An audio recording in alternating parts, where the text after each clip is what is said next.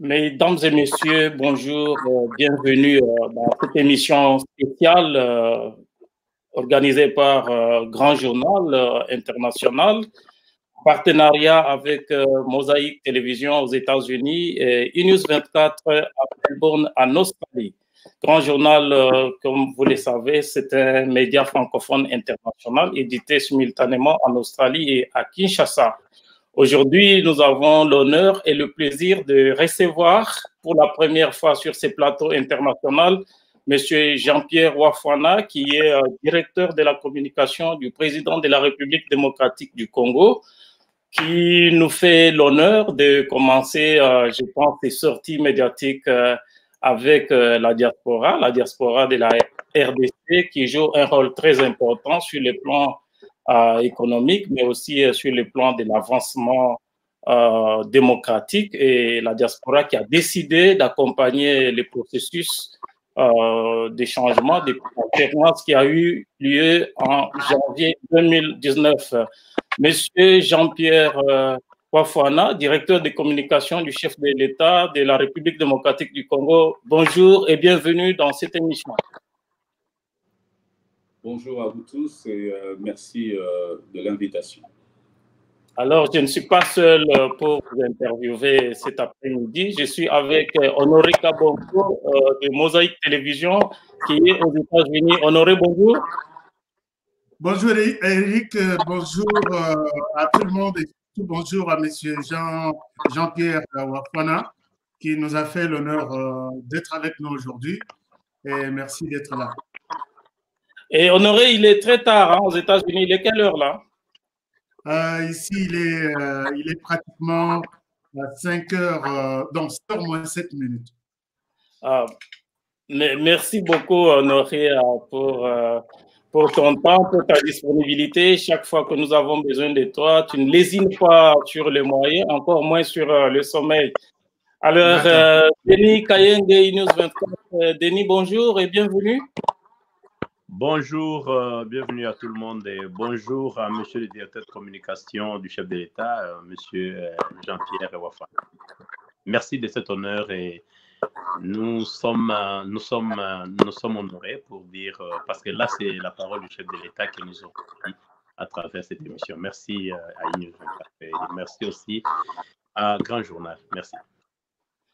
Alors, nous commençons avec la première question à partir de Melbourne en Australie et la deuxième question, nous irons aux États-Unis avant de revenir en Australie. Alors, monsieur Jean-Pierre Wafana, la communication du président de la République depuis son avènement à la magistrature suprême de la République démocratique du Congo a toujours fait l'objet de critiques acerbes. Est-ce que c'est pour corriger ces lacunes que vous avez décidé aujourd'hui de prendre la parole?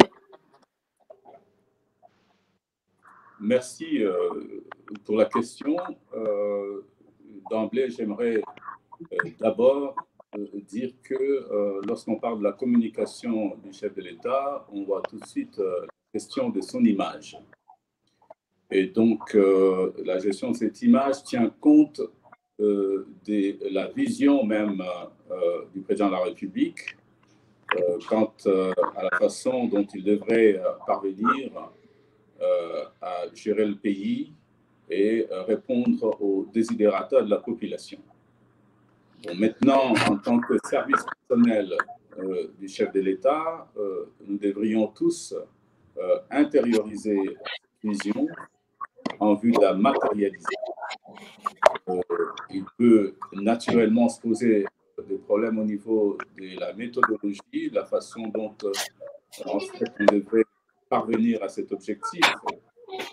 Donc, il est normal que dans une gestion, on va dire, tricéphale, il y ait différentes façons de voir les choses. Et donc, vu de l'extérieur, on peut effectivement estimer qu'il peut y avoir un dysfonctionnement, mais cela est tout à fait normal à l'interne que chaque fois que nous posons des gestes en tant que vitrine de la présidence, nous puissions nous assurer que ceux qui sont amenés à consommer le travail que nous abattons puisse être satisfait. Et donc, c'est un travail qui a été fait à la base. Et aujourd'hui, compte tenu des critiques des uns et des autres, je pense qu'il fallait se mettre au pas, de façon que la population qui attend de nous énormément puisse être satisfaite quant à la façon de gérer l'image du chef de l'État. Et donc, c'est pour aussi dire que nous sommes ouverts aux critiques, nous sommes donc prêts à nous corriger s'il y a lieu. Et donc, puisque tout cela est fait pour, en fait, répondre à des objectifs évidents, donc par rapport à la gestion de l'image du chef de l'État. Maintenant, par rapport à la presse, c'est tout à fait évident que voilà, un service comme le nôtre n'est pas collaborer avec les médias, parce que en fait, si nous ne le faisons pas, nous n'atteignons pas nos objectifs. Et donc, c'est tout à fait naturel que aujourd'hui, vous sentiez effectivement que voilà, on est tout à fait disposé à collaborer étroitement avec les différents médias qui nous aideront à voilà, présenter comme il se doit l'image du chef de l'État. Alors aujourd'hui, nous allons parler essentiellement de les consultations nationales initiées par le président de la République afin d'aboutir à l'union sacrée de la nation et sortir la République démocratique du Congo de la situation dans laquelle elle patauge actuellement. Alors, messieurs les directeurs, j'espère que vous allez nous promettre que vous allez répondre à nos questions sans langue de bois. Est-ce que vous pouvez prendre cet engagement? Je suis à votre disposition. Alors, la première question, le président de la République consulte toutes les couches vives de la nation, comme il l'a dit lui-même, et il est en train de le faire. On assiste à une bousculade au portillon, au palais de la nation. Est-ce que le chef de l'État va-t-il consulter la diaspora? Vous le dites vous-même, il y a bousculade au portillon du palais de la nation. Cela traduit évidemment un engouement par rapport à l'appel du chef de l'État qui consiste, n'est-ce pas, à mettre en place une union sacrée de la nation. Et lorsqu'on parle union sacrée de la nation, on ne devrait pas oublier une seule couche de la population congolaise. Et moi, je me dis que la diaspora a toute sa place donc, dans ces consultations. Pour tout vous dire, je pense que la commission, en ce moment-ci, y travaille parce qu'il y a eu des demandes fermes en provenance de l'extérieur, donc des compatriotes qui peuvent apporter leur pierre à l'édification de cette nation et répondre favorablement, en tout premier lieu, à l'appel du chef de l'État. Donc, dans les tout prochains jours, on espère que nos compatriotes, parmi lesquels vous comptez, vont, n'est-ce pas, représenter valablement la diaspora à ces consultations. On va aux États-Unis. Honoré Kabongo, pour ta question. Oui, merci beaucoup. Je remercie encore une fois M. Jean-Pierre, qui est le directeur de communication du chef de l'État de la RDC. Encore une fois, M. Jean-Pierre, merci pour nous avoir fait cet honneur de pouvoir répondre à nos questions. Alors, ma question est la suivante. D'après tout ce qui est en train de se voir et d'après les détracteurs du président de la République, certaines personnes pensent que le chef de l'État est lui-même le problème et il est à la recherche d'une solution. Et les gens se disent comment il peut être lui-même le problème et en même temps juge et parti. Est-ce que vous avez une réponse à donner à ces personnes qui disent exactement de la même manière par rapport à cette question?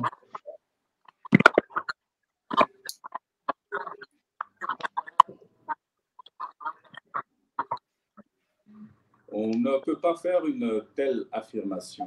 Vous vous rappellerez que lorsque le chef de l'État a pris les rênes de ces pays, donc à l'avènement de son pouvoir, il a en toute liberté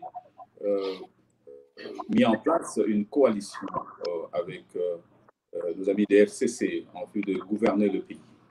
Et sur cette base, je pense qu'il y avait des objectifs à atteindre, notamment dans le domaine de la sécurité, dans le domaine de l'économie, dans le domaine des droits et libertés de la personne. Vous constaterez que il y a 2 ans passés, et quand vous regardez également, si vous avez suivi le dernier discours du chef de l'État, vous aurez remarqué qu'il a fait un certain nombre de constats, et donc qui se résument en un blocage tous azimuts de la part de ses partenaires politiques de FCC qui n'entendent pas faciliter la tâche pour atteindre les objectifs qui s'étaient définis dans le cadre de l'accord de gouvernement, dans le cadre de l'accord de coalition. Et donc, aujourd'hui, même quand on parle de la crise de façon globale, on a tendance à oublier que le chef de l'État a fourni énormément d'efforts, notamment dans les cadres de l'indépendance de la justice. Aujourd'hui, personne ne peut nier les efforts qui ont été entrepris dans ce cadre-là. On ne peut pas nier non plus les efforts qui ont été fournis dans les cas de la liberté d'expression. Aujourd'hui, quand on voit des opposants s'exprimer librement, ce qui n'était pas le cas les 18 dernières années, que nous avons vécu avec l'ancien régime, il n'en demeure pas moins qu'effectivement, il y a un problème. C'est-à-dire qu'aujourd'hui, la population s'attend à ce que, voilà, on puisse répondre à ces aspirations donc, profondes qui sont, voilà, notamment vivre dans la paix, manger à sa faim, recevoir régulièrement son salaire. Et donc, tout ça, ce sont des préoccupations de la population. Mais comment y parvenir lorsque, dans un gouvernement, alors il y a des gens qui ne veulent pas, justement, répondre à ces besoins primaires de la population. Et quand je parle des gens, il s'agit bien, et bel et bien ici, des partenaires de FCC qui n'entendent pas voilà, faciliter, comme je l'ai dit tantôt, la tâche du chef de l'État. On ne peut pas dire que le chef de l'État est lui-même un problème, justement, à la solution qui est envisagée par rapport au processus qui a été engagé donc, dans le cadre de l'appel qu'il a lancé au FCC. On parle de crise, mais il faut se poser la question, mais qui est à la base de cette crise-là? Naturellement, on voit bien ce qui s'est passé, notamment au niveau des nominations des responsables des entreprises, du portefeuille de l'État. On a vu qu'il y a eu blocage par rapport à la nomination des hauts cadres de l'armée nationale. On a vu récemment des blocages ou des tentatives de blocage au niveau de la nomination de 2 juges de la Cour constitutionnelle. Tout ça, ce sont des signes évidents qui démontrent que, en dépit du fait que les 2 familles politiques se sont mises d'accord,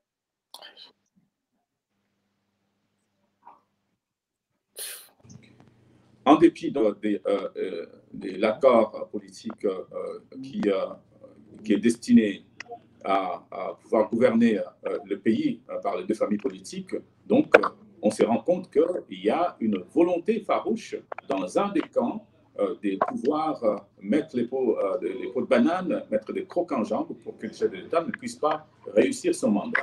D'où, évidemment, son appel lors de son dernier discours pour dire s'il en est ainsi, je pense qu'il va falloir s'arrêter et puis réfléchir avec ceux qui pensent pouvoir l'accompagner, mais dans une autre dimension, dans d'autres perspectives, pour pouvoir, n'est-ce pas, aller de l'avant, d'où cet appel à l'union sacrée de la nation.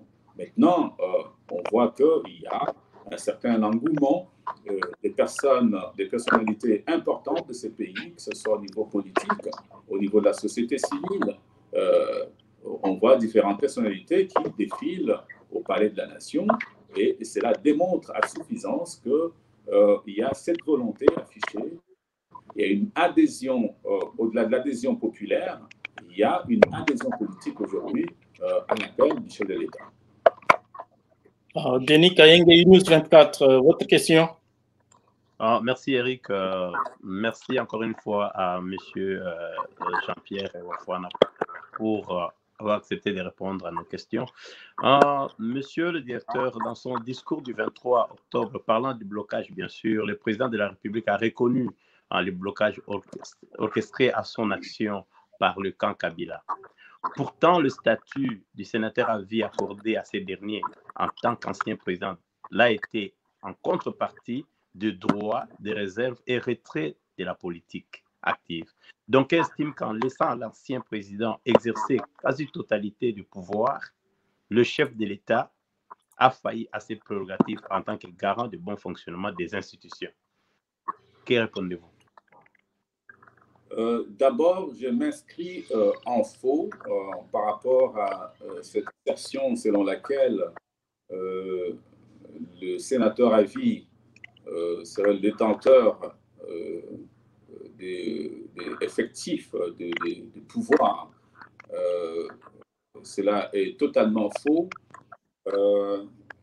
Il faut comprendre que dans les deux familles politiques, il y a qu'on a convenu d'appeler ici les autorités morales. D'un côté, il y a Kabila au niveau des FCC, et de l'autre, il y a le président de la République qui représente le cash. Chaque fois qu'il y a des brise-billes au niveau de ces deux familles politiques, il est tout à fait normal que ces deux personnalités se rencontrent. Cela ne veut pas dire que chaque fois qu'il y a crise, ou chaque fois que dans l'autre camp, on a démontré une mauvaise volonté par rapport à une question ou une autre, le chef de l'État va faire les salam alek auprès de son prédécesseur. Ce n'est absolument pas le cas. Je pense que la coalition qui est aujourd'hui qui pose problème a été mise en place justement pour éviter qu'il y ait des problèmes et que justement au cas où il y a des soupçons de problèmes ou des difficultés, que la table de concertation qui a été mise en place par les deux familles politiques puisse les résoudre. Et c'est la raison pour laquelle justement cette table de concertation a été créée, n'est-ce pas, pour résoudre les questions qui fâchent. Alors, on ne peut pas aujourd'hui affirmer que c'est le président Kabila ou c'est parce que le chef de l'État va voir ou rencontrer M. Kabila qu'il est subordonné à l'autorité de M. Kabila. Il n'en est rien. Si c'en était le cas, aujourd'hui, on vit cet appel à l'union sacrée de la nation. Je ne pense pas que le président de la République est d'abord allé s'enquérir justement auprès de M. Kabila la possibilité de pouvoir lancer cet appel.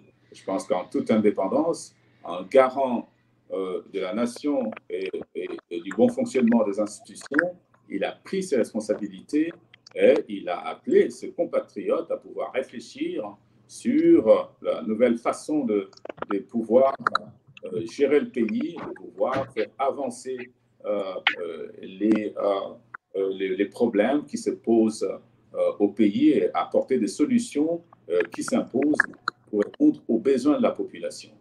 Je ne crois pas un seul instant que le chef de l'État l'a fait pour, évidemment, disons, je ne pense pas que le chef de l'État a oublié qu'il est le garant de la nation et du bon fonctionnement des institutions. Il détient toutes ses prérogatives et c'est en fonction de cela qu'il a voulu mettre un terme justement à cette crise qui profile à l'horizon, qui pourrait bloquer définitivement les institutions. Et donc, que l'opinion nationale et internationale se détrompe. Il n'y a qu'un seul chef d'État dans ce pays et c'est lui qui tient les bâtons, même si par rapport à l'accord de coalition, il y a eu des blocages qui l'empêchent d'avoir des coups de franche et de répondre aux desiderata de la population. Monsieur le directeur, en fait, j'aimerais un peu faire une petite relance sur la question de Denis. Parce que le statut du sénateur à vie est assorti de beaucoup d'avantages, que ce soit sur les plans financiers, matériels, la protection des immunités. Et la plupart des Congolais estiment que le sait encore l'ancien président contrôler une partie énorme de pouvoir, notamment tout le Parlement, la territoriale, avec tous ces avantages que le statut d'ancien chef d'État et de sénateur à vie lui confère. Beaucoup de Congolais estiment que ce n'est pas juste, ce n'est pas de l'équité. Donc, on a un problème de son. Technique, on a un problème. Kinshasa me signale qu'on a un problème de son. Ça doit être... je pense que ça doit être un problème. Ça doit être un problème de Kinshasa. Tous les micros sont ouverts. OK. Est-ce que vérifie, est-ce que Kinshasa, vous nous suivez bien maintenant, de nouveau? Non. On a un problème de... Honoré, essaye de poser la question. Essaye de parler, de parler avec Kinshasa, vérifier ce qui te suit. Est-ce que M. Jean-Pierre, vous m'entendez? Non. Mais tout le monde quand même m'entend. Ouais, est-ce que vous m'entendez? Il essaye de vérifier si Kinshasa te suit. Ça va maintenant. Oui, ça doit être un problème de réseau. Eric, c'est toi qui as la parole. OK. Monsieur Jean-Pierre Wafouana, directeur de cabinet, directeur de communication du président de la République. Pour ceux qui nous prennent en cours de cette émission, nous fait l'honneur d'être notre invité spécial aujourd'hui. Nous parlons essentiellement des sujets liés aux consultations initiées par le président de la République démocratique du Congo. Pas de retour de son, s'il vous plaît. Le son. Pas de son. Pas de son avec Mais est-ce que M. Jean-Pierre, vous ne nous entendez pas? Non. Pas de son avec. Alors, Honoré, est-ce que c'est possible que nous puissions l'interviewer par WhatsApp, par appel WhatsApp? Tu affiches sa photo, c'est possible? Oui, c'est possible. Pour que nous puissions continuer l'émission. C'est possible. Attends, J'appelle Kinshasa. J'appelle Kinshasa. Kinshasa.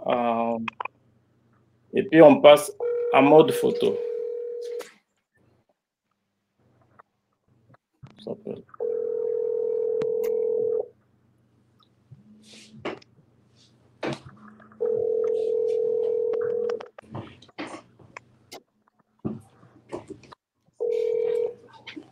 Allô? Oui, Francis. OK, Francis, tu peux me passer le directeur? Ah oui. Tu peux me les passer. Non. Oui, mais là, vous m'entendez. Je pense qu'on va continuer au téléphone.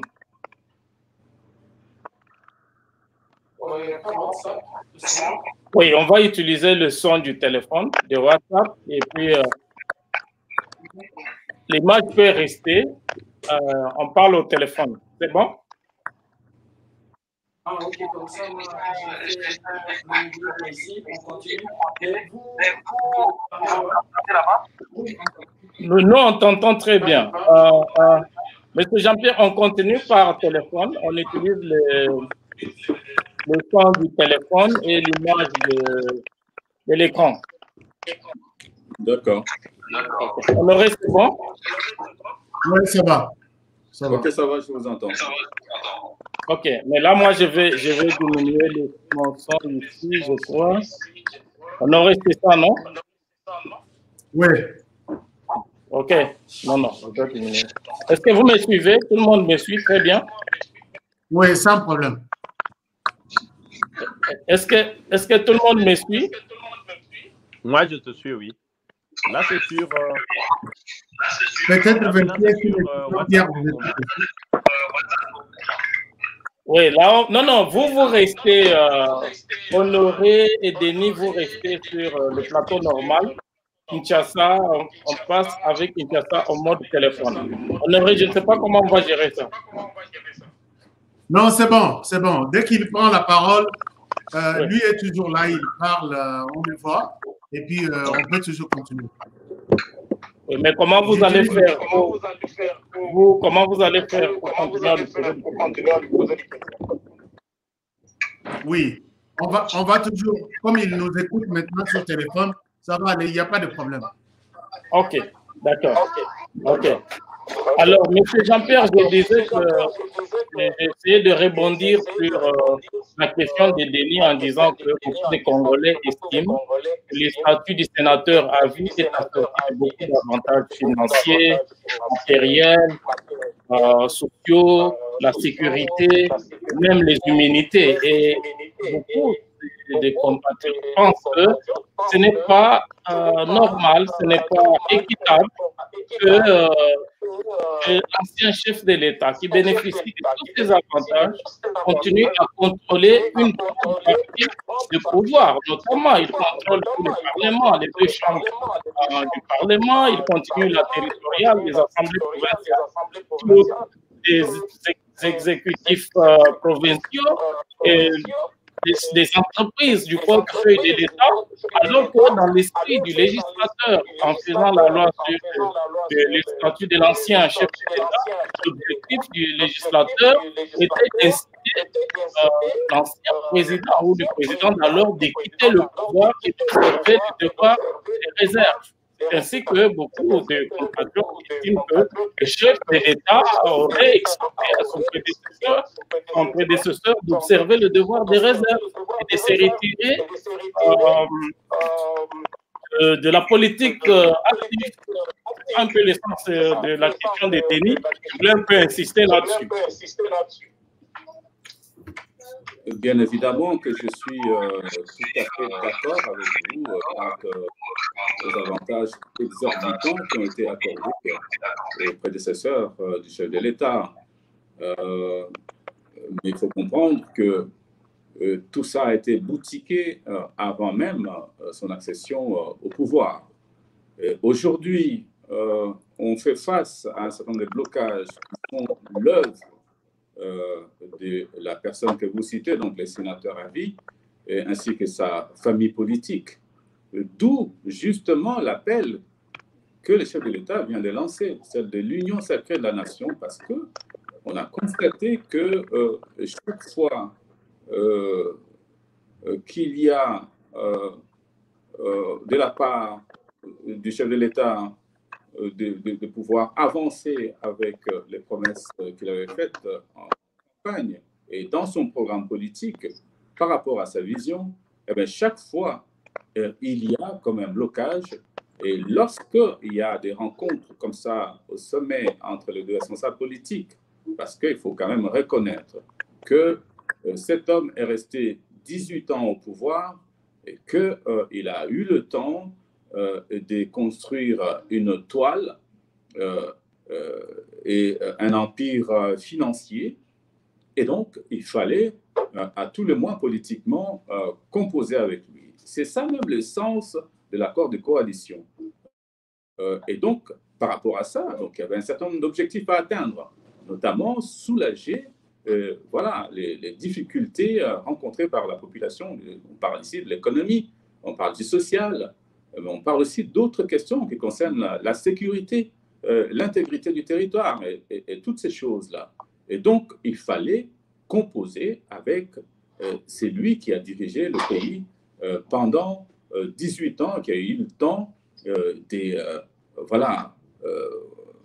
former des officiers supérieurs dans l'armée nationale, des maîtres, des personnes dans les entreprises publiques.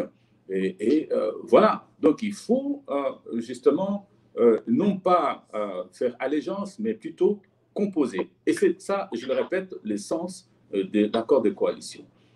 Maintenant, aujourd'hui, on fait face à un blocage.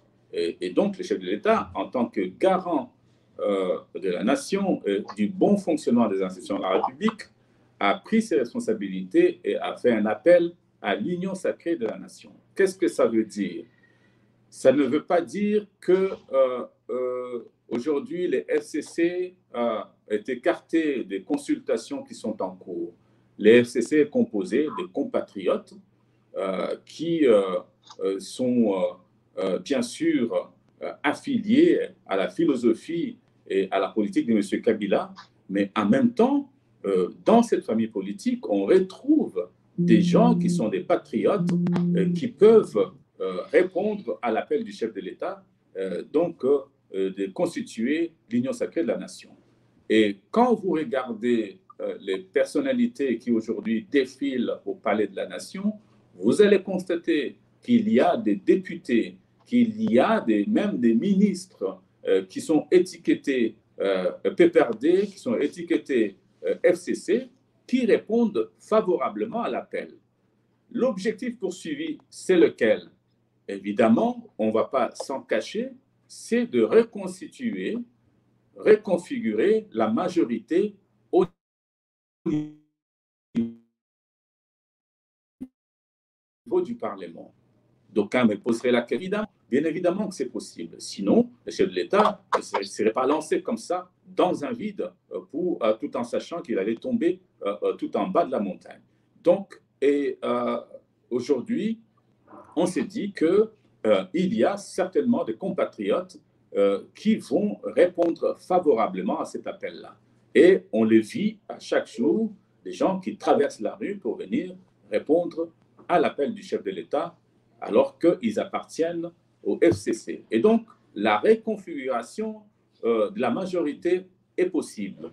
Les gens peuvent reprendre leur indépendance, ils peuvent, soit-ils députés ou sénateurs, prendre leur liberté et venir, disons, mettre en avant un élan patriotique pour pouvoir justement répondre non seulement à l'appel du chef de l'État, mais aussi voilà, essayer de compatir avec la population de ces consultations. Et donc, on espère que cet appel va ratisser large au niveau des autres règlements politiques qui vont devoir, n'est-ce pas, répondre à cet appel de l'union sacrée de la nation.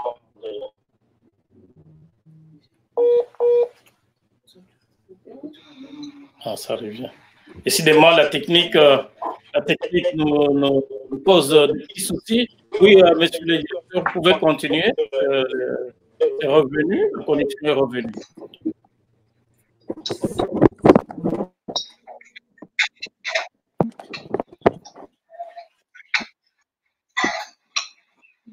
Monsieur Jean-Pierre, vous pouvez continuer. Nous sommes de nouveau reconnectés. Oui, je disais par rapport à la question qu'on va poser, aujourd'hui, on observe un tel engouement au Palais de la Nation, même de la part de ceux qui ne font pas partie de la famille politique du chef de l'État, et ceux qui proviennent des PPRD et des FCC. Je peux vous citer des noms. On a vu récemment le député Jean-Pierre Lola Sanga, on a vu Jean-Pierre Liaou, on a vu Bati Kwebou, on a vu récemment un autre député puis sur Mouabidou, qui se sont présentés au palais, qui ont répondu favorablement à la chef de l'État. Donc, c'est pour dire que même dans la famille politique de M. Kabila, il y a des patriotes qui comprennent qu'il est important aujourd'hui de répondre à l'appel du chef de l'État parce qu'il y a péril en la demeure. Et ce qu'ils voient ici, c'est l'intérêt de la population et non pas l'intérêt d'un groupe d'individus. Et donc, c'est comme ça qu'il faut comprendre le sens de l'appel du chef de l'État, c'est lui de constituer une union sacrée de la nation. Alors, monsieur Jean-Pierre... Avant de repartir monsieur Jean-Pierre... Avant de repartir aux États-Unis... oui, monsieur... Oui, monsieur Eric, vas-y, je t'écoute. On s'entend. Honoré, tu me suis? Oui, très bien, 5 sur 5. Honoré? Je t'écoute 5 sur 5. 5 sur 5. D'accord. Je disais qu'avant de repartir aux États-Unis pour donner à Honoré l'occasion de poser sa question, j'aimerais inviter Sylvie Moussambi du Grand Journal à poser sa question à monsieur le directeur de communication du chef de l'État. Sylvie, ta question.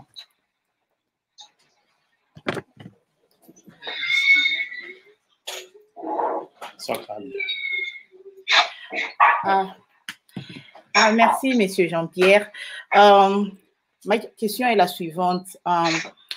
D'aucuns pensent que les consultations du chef de l'État n'aboutiraient à rien tant que le chef de l'État ne mettra pas fin au leadership bicéphale avec l'ancien président. Qu'en pensez-vous?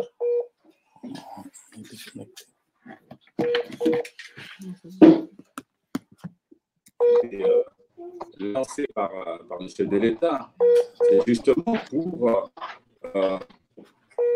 remettre sur la table l'accord de coalition qui a été signé avec le FCC.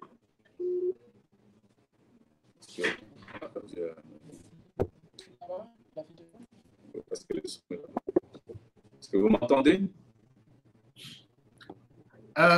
Oui, on vous entend. On vous entend. Moi, je vous entends 2 sur 5. Okay. Vous m'entendez? Yeah, je vous entends. Yeah. Ma question était la suivante. D'aucuns pensent que les consultations du chef de l'État n'aboutiraient à rien tant que ce dernier gardera toujours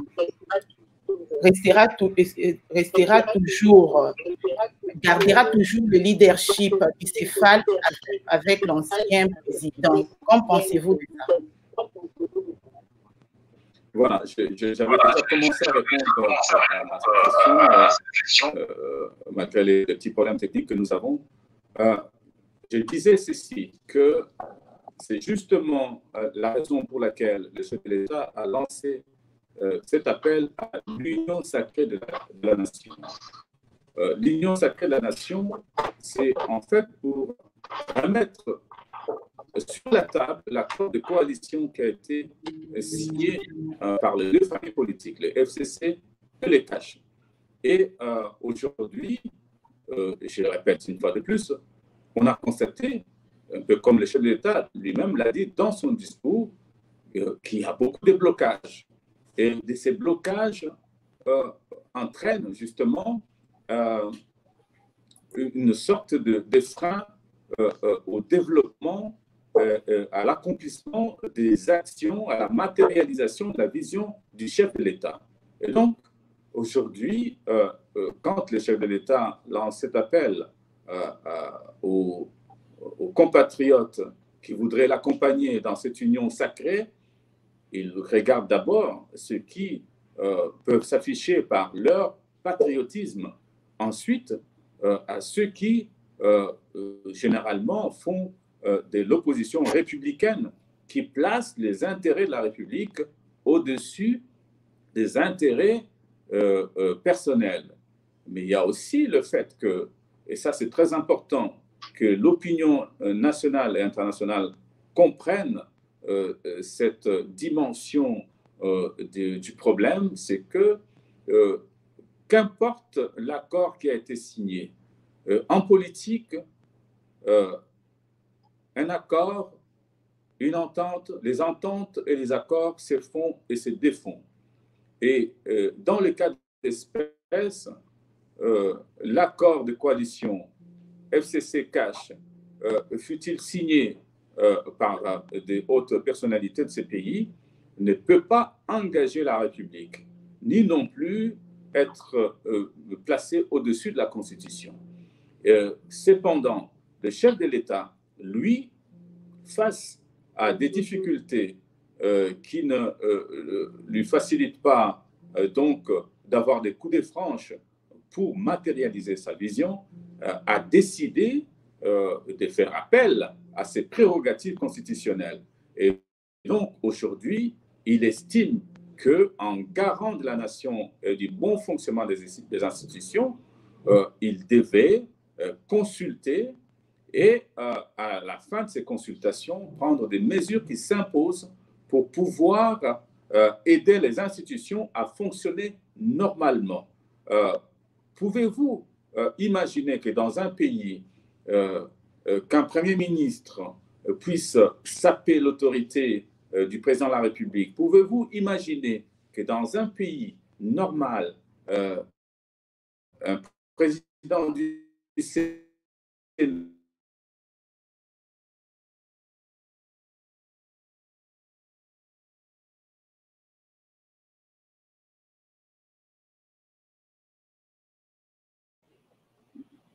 là, en tout cas, la population que des individus ou des intérêts personnels puissent comme ça provoquer des crocs en jambes afin que le chef de l'État, in fine, puisse voilà, non pas répondre aux besoins de la population via les gouvernements, via d'autres institutions. Et ça, c'est inacceptable. Et donc, le chef de l'État a pris ces dispositions pour pouvoir voilà, aller de l'avant, mais avec ceux qui voudraient, n'est-ce pas, l'accompagner dans cette vision qu'il a mis de l'avant. Et maintenant, si parmi nos amis des FCC, il y a ceux qui veulent, n'est-ce pas, le rejoindre, la porte n'est pas fermée. Et c'est pourquoi vous avez constaté qu'il y a des députés, il y a des sénateurs, il y a même des ministres qui aujourd'hui voilà, se présentent au Palais de la Nation parce qu'ils mettent en avant les patriotismes et non pas les intérêts personnels. Merci beaucoup, monsieur. Alors, moi, je voulais poser peut-être une autre question. Honoré? Oui, je voulais poser une question là, par rapport à toutes ces histoires à M. Jean-Pierre.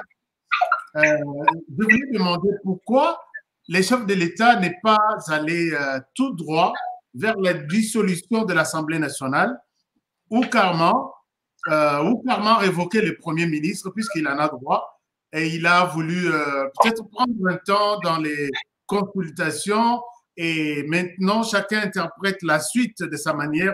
Pourquoi il n'est pas allé tout droit au but en révoquant le Premier ministre ou carrément en supprimant l'Assemblée nationale? Est-ce que le son passe bien entre Kinshasa et les États-Unis? Est-ce que le son passe bien? Honoré, il n'y a pas de connexion entre les États-Unis et Kinshasa. Ça doit être son problème, ça doit être un problème à son niveau, puisqu'à notre niveau, oui, en tout cas à notre niveau, tout est bon. Mais il peut utiliser toujours les sons de WhatsApp.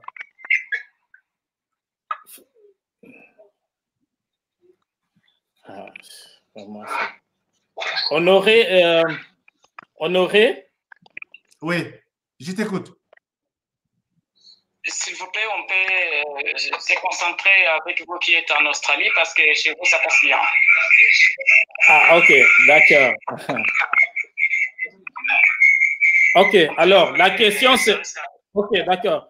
Oh, oui, Monsieur Jean-Pierre, la question c'est pourquoi le chef de l'État n'est pas allé tout droit par la dissolution de l'Assemblée nationale ou la révocation du Premier ministre. Il a voulu utiliser la voie de consultation qui prennent du temps et certaines personnes pensent qu'il s'agit de manœuvres dilatoires. Qu'en pensez-vous?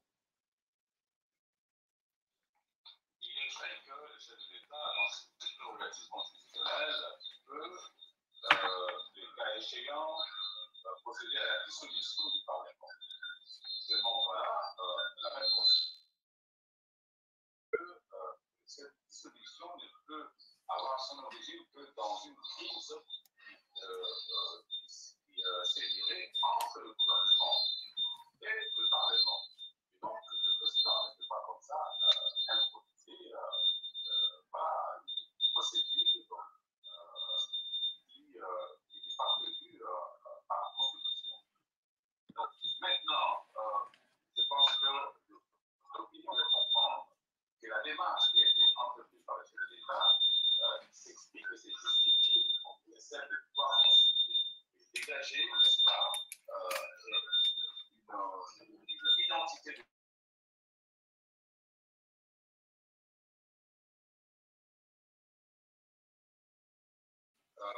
l'un des objectifs, comme vous avez dit ici, c'est de pouvoir obtenir une réconfiguration du Parlement du point de vue de la majorité qui va se dégager. Et cette majorité va se dégager sans nécessairement aller en pression, sans nécessairement dissoudre le Parlement. Et donc, on mise sur le fait que aujourd'hui, quels que soient les camps politiques dans lesquels se trouvent et les sénateurs et les députés,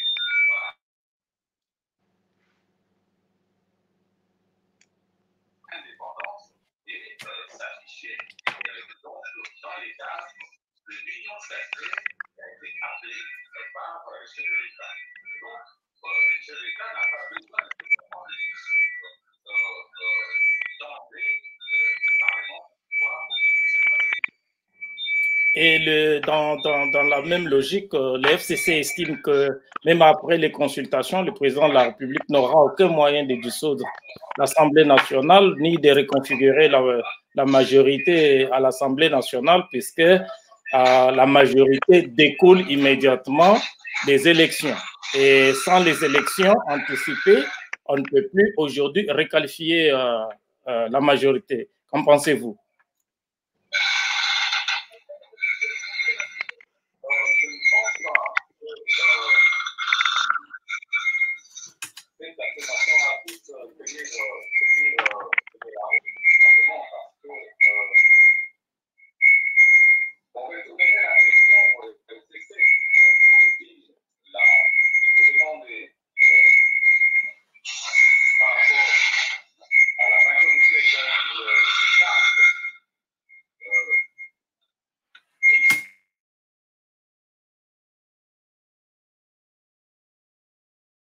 N'est pas un parti politique. Le FCC n'est pas non plus un regroupement politique. Le FCC n'est qu'une plateforme électorale qui n'a aucun fondement juridique. Est-ce que vous m'entendez? Très bien, oui. On vous entend très bien. On vous suit très bien.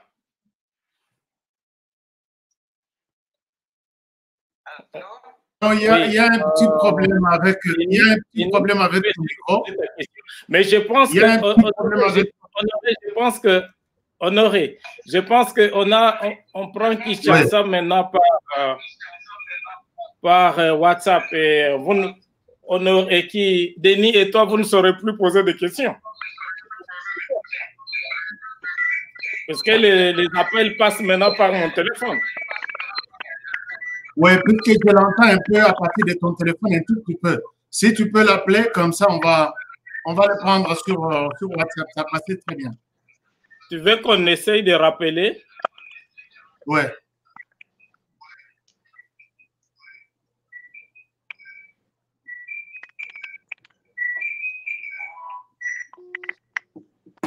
On essaie d'appeler comment? Honoré, quelle est ta solution?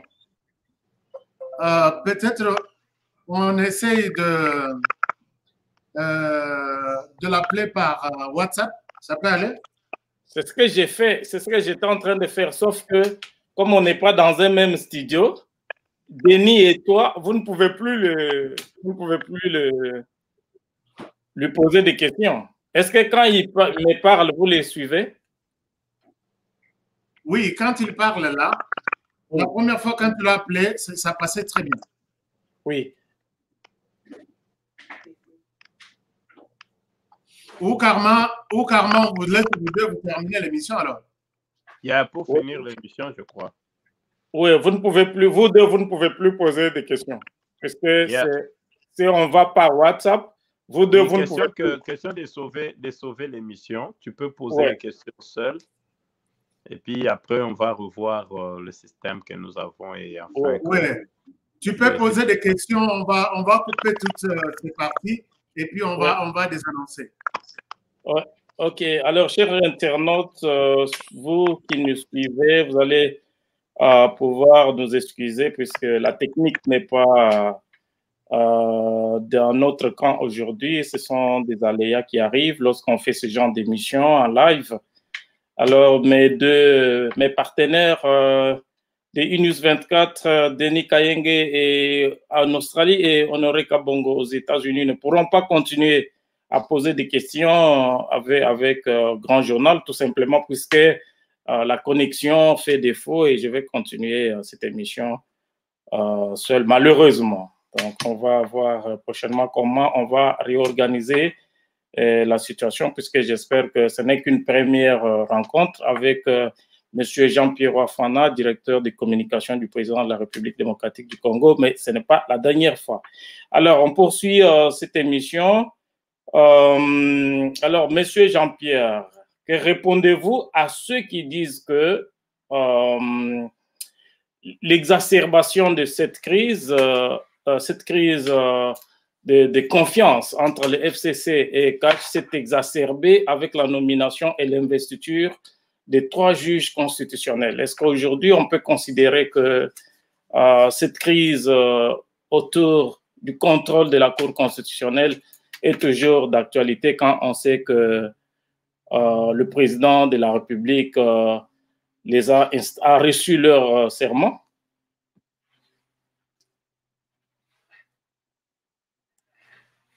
C'est comme si on est toujours coupé.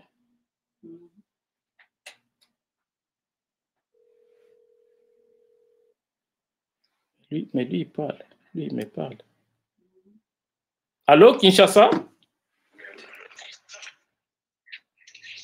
Allô, Kinshasa, vous me suivez?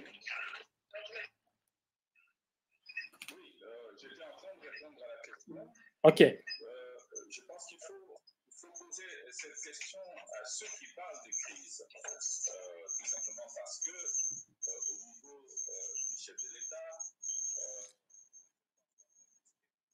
une crise dans la mesure où la nomination de ces juges entre tout à fait normalement dans le cadre de ces prérogatives présidentielles et constitutionnelles.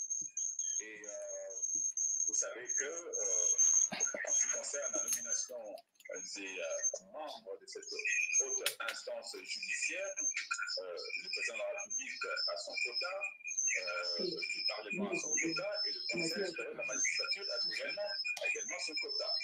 Et je me demande pourquoi est-ce que le FCC, qui est une composante politique qui n'a même pas d'assises juridiques, peut vouloir s'immiscer dans des affaires qui ne le concernent pas.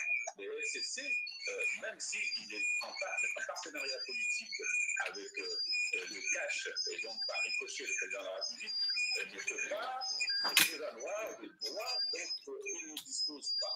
Et donc, il ne peut pas, par conséquent, pas dicter au chef de l'État des nominations ou des noms de personnes qu'il devrait donc désigner au niveau de la Cour constitutionnelle. Donc, la crise dont on parle est une crise tout à fait artificielle qui n'a aucune raison d'être. Oui, alors, on assiste aussi, une autre question, c'est, on assiste à une espèce de balai diplomatique. Hein. On a vu les évêques de la CENCO qui se sont rendus à Kingakati. Bon, je ne sais pas si ça s'est passé à Kingakati ou dans un autre lieu de Kinshasa, qui sont allés discuter avec l'ancien président. On parle de tractations comme ça entre Kinshasa et Brazzaville. Certaines langues commencent à penser que le président de la République aurait envoyé des émissaires calmer la colère de l'ancien président Joseph Kabila. Est-ce que c'est le cas?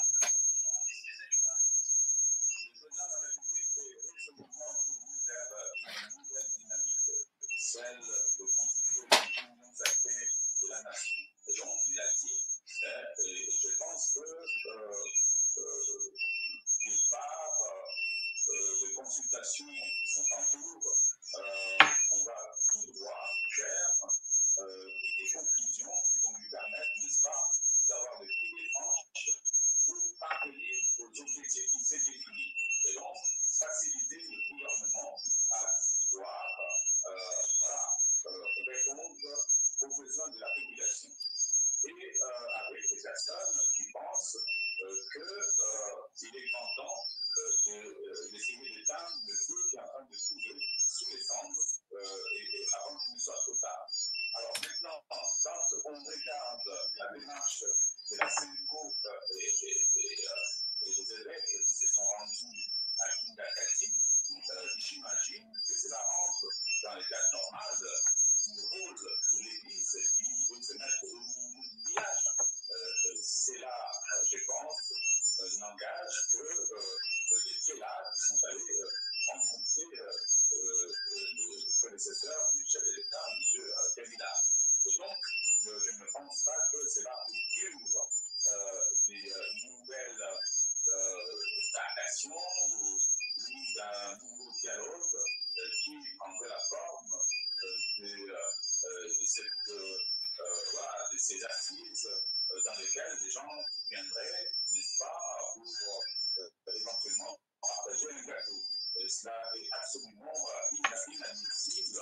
Il ne faudrait pas que l'opinion dise mort à cette ambition-là. Donc, aujourd'hui, il faut regarder vers les palais de la nation et attendre les conclusions qui vont sortir des consultations que les États avaient. Le FCC dénonce également une tentative de débauchage de ses députés, sénateurs et ministres, et en parlant de la corruption qui aurait été orchestrée par le camp du chef de l'État. Je pense que parler de corruption, de débauchage, pourrait s'apparenter à une insulte à l'endroit de ces personnes qui, de manière tout à fait libre, ont décidé de répondre favorablement à l'invitation du chef de l'État. On ne peut pas, comme ça, par des supputations et des mensonges, essayer d'intoxiquer l'opinion, de la dérouter à des fins tout à fait nébuleuses. Aujourd'hui, on a remarqué qu'il y a des personnalités qui se sont présentées tout à fait librement au Palais de la Nation et provenant des FCC et des PPRD qui ont clairement dit que c'est par patriotisme qu'ils ont répondu à l'invitation du chef de l'État. Je pense que des personnalités comme Jean-Pierre Liaou, des personnalités comme Logani Sanga, des personnalités comme Pius Mwabidou, des personnalités comme Bahati, n'attendraient absolument rien. Donc la présidence en termes de corruption ou pour pouvoir répondre à l'invitation du chef de l'État, que représenterait un montant de $7 000 pour ces personnes qui ont eu le temps de se faire tranquillement de l'argent par leur carrière politique. Et donc, je pense qu'une fois de plus, comme je le disais en introduction, cela est une insulte qu'on puisse justement parler de corruption et de débauchage à l'endroit de ces personnes qui se sont présenté au Palais de la Nation. Alors, monsieur le directeur des communications du président de la... Je pense que ces personnes qui avancent de telles affirmations, de telles allégations, évidemment, sont habituées à ce genre de comportement, à ce genre d'attitude. On a observé pendant les 18 dernières années comment les choses se sont passées aussi bien au Parlement que dans d'autres institutions de la République, a suivi la corruption, justement, le président de la République est en train de combattre, lui qui a mis en place aujourd'hui une agence de lutte contre la corruption et qui aujourd'hui a revigoré l'IGF, l'Inspection générale de finances, qui en fait est en train de traquer ces voleurs de tout acabit qui sont taxés d'avis dans différentes familles politiques qui composent les FCC. Et ça, il faudrait que l'opinion les sache. Et je pense que les Congolais ne sont pas dupes. Ils n'ont pas la mémoire courte après ces 18 années des troubles, des gabegies financières et des mauvaises gestions. Je pense qu'aujourd'hui, il est grand temps oui, de tourner la page, mais aussi de pouvoir rappeler à ces personnes, différentes personnalités qui constituent le blocage aujourd'hui, et que, oui, le président de la République, un peu comme il avait dit, ne va pas fuir, mais la justice, elle, en toute indépendance, va chercher à pouvoir mettre les parrains de ceux qui ont mis la main dans le trésor. Alors, monsieur Jean-Pierre Ouafouana, directeur des communications du président de la République démocratique du Congo, nous sommes pratiquement arrivés à la fin de cette émission. Nous présentons des excuses à nos nombreux téléspectateurs à cause des aléas techniques que nous avons encourus au cours de cette émission. Et nous promettons que nous allons faire un effort pour que cette émission se déroule dans de bonnes conditions et que nous vous promettons que c'est la première fois, mais ça ne sera pas la dernière fois que monsieur le directeur des communications viendra nous parler. Alors, monsieur Jean-Pierre Ouafouana, je vous laisse conclure cette émission.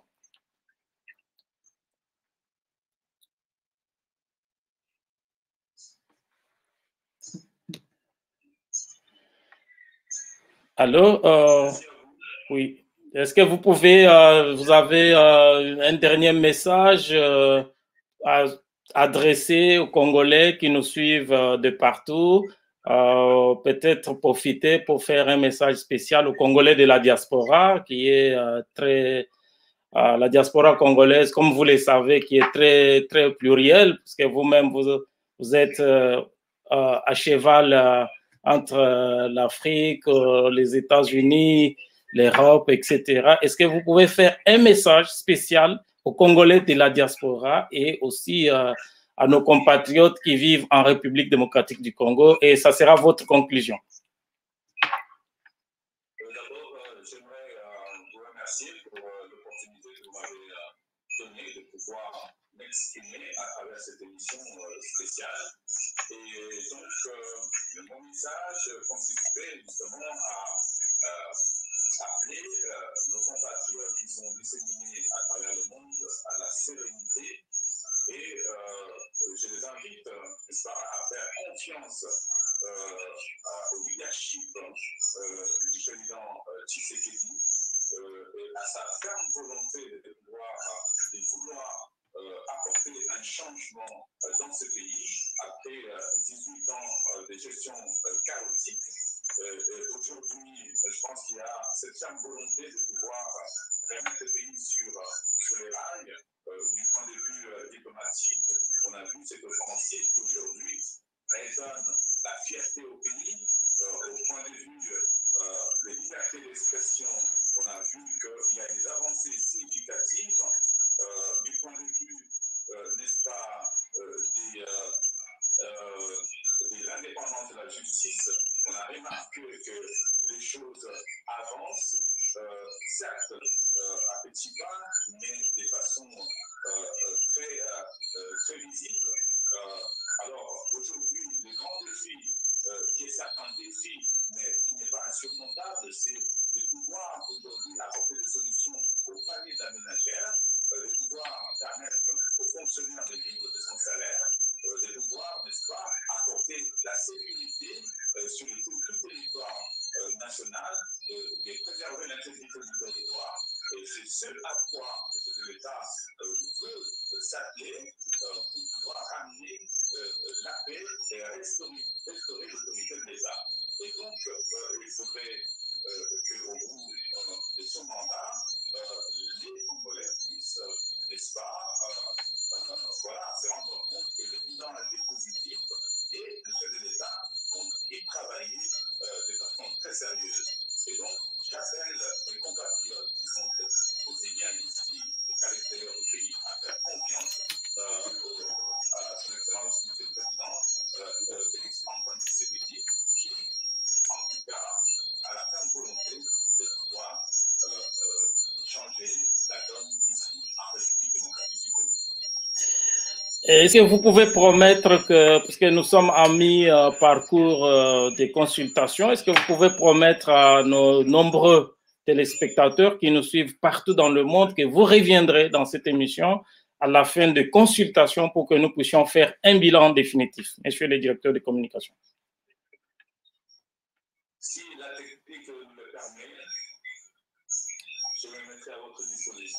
Nous allons prendre toutes les conditions qui s'imposent pour améliorer la technique afin d'avoir monsieur Jean-Pierre Ouafouana, directeur de communication du président de la République démocratique du Congo, à la fin des consultations pour que nous puissions dresser avec lui les bilans définitifs de ces rendez-vous nationaux organisés par le président de la République, dont la particularité a été de parler à tout le monde. Donc, le président de la République a donné, a logé à la même enseigne l'ensemble de couches vives de la population congolaise.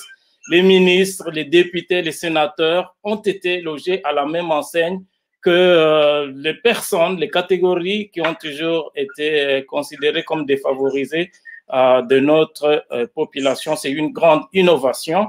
Et je dis merci à Denis Kayenge de Inews 24, un média basé à Melbourne, en Australie. Je dis également merci à Sylvie Moussambi de Grand Journal et Honoré Kabongo de Mosaïque Télévision aux États-Unis. Honoré Kabongo qui ménage, qui n'a lésiné sur aucun moyen, y compris sur son sommeil, pour rendre opérationnelle cette émission malgré des problèmes techniques que nous avons rencontrés. Alors, bonsoir et bonne journée selon les horaires, selon les décalages horaires des uns et des autres.